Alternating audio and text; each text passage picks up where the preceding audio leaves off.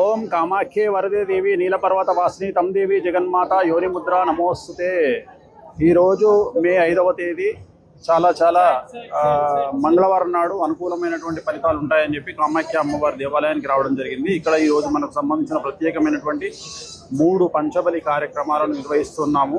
నిన్న రాత్రి చాలా ప్రశాంతమైనటువంటి దర్శనము, మంచి ధ్యానము దేవాలయంలో జరిగినది. పూర్తిగా వర్షము పడతా ఉంది కామాఖ్యలో. నిన్న 5 రాష్ట్రాల రిజల్ట్స్ వచ్చిన రోజు తెల్లవారి ఈ రోజు కంటిన్యూగా వర్షాలు పడతా ఉన్నాయి. ఇక్కడ చాలా ప్రశాంతమైనటువంటి వాతావరణంలో ఈరోజు కార్యక్రమాలను నిర్వహించుకుంటున్నాము. చాలా ప్రశాంతంగా అమ్మవారి దయ వల్ల చాలా మంచి దర్శనము, మంచి పూజలు జరిగినాయి.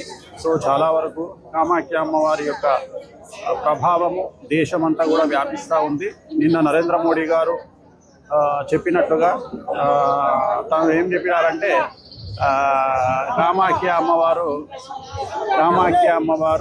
దయ వల్ల గెలవడం జరిగింది అని చెప్పడం జరిగింది. చాలా ప్రశాంతంగా, చాలా ప్రశాంతమైన వాతావరణంలో అమ్మవారి యొక్క ప్రభావం అంతా కూడా పెరుగుతూ ఉంది. కానీ కొంతమంది మూర్ఖులు ఇంకా అమ్మవారి యొక్క చరిత్రను, విలువను, దశమహావిద్యల యొక్క విలువలను తెలుసుకోలేకపోతా ఉన్నారు. వారికి తగిన సమాధానం అమ్మవారే చెబుతుంది.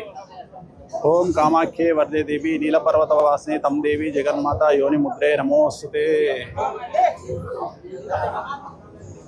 ముఖ్యంగా ఇప్పుడు కనిపించేటువంటి ప్రధానమైనటువంటి గోపురం లోపలనే అమ్మవారు లక్ష్మీ, సరస్వతి, కామాఖ్య ముగ్గురు యోని రూపంలో ఉండి ఉంటారు. ఇది వివిఐపి ఎంట్రన్స్. ఇక్కడ నుండి మనం దర్శనం చేసుకొని ఇప్పుడు బయటికి రావడం జరిగింది. మామూలుగా దర్శనం ఇక్కడ 6 గంటల నుండి 8 గంటలు పడుతుంది. ఒకటి నార్మల్ దర్శనం ఉంటుంది, రెండవది 500 రూపాయల దర్శనం ఉంటుంది, మూడవది వివిఐపి దర్శనం ఉంటుంది. వివిఐపి దర్శనం అనేటువంటిది మనకు 10 నుండి 15 నిమిషాల్లో ఇలా లోపలికి వెళ్ళి జైమా ఈయన ఇక్కడ ప్రధానమైనటువంటి 4 కుటుంబాల్లో ఇక్కడ పెద్ద పూజారి అనేటువంటి వారు ఉండరు. కామాఖ్య దేవాలయంలో పెద్ద పూజారులు ఉండరు. 4 కుటుంబాలకు సంబంధించినటువంటి పెద్దలు ఉంటారు. దాంట్లో ఒక కుటుంబానికి సంబంధించినటువంటి పెద్ద హమేన్ ప్రసాద్ శర్మ గారు చాలా ఇక్కడ అంటే ప్రధానమైనటువంటి భూమిక నిర్వహించేటువంటి అర్చకులు, ముఖ్యులు, చాలా ముఖ్యులు హమేన్ ప్రసాద్ శర్మ గారు. ఎప్పుడు మనకు కార్యక్రమాలన్నీ వీరి ద్వారా నిర్వహించబడతాయి ఇక్కడ. జయమా.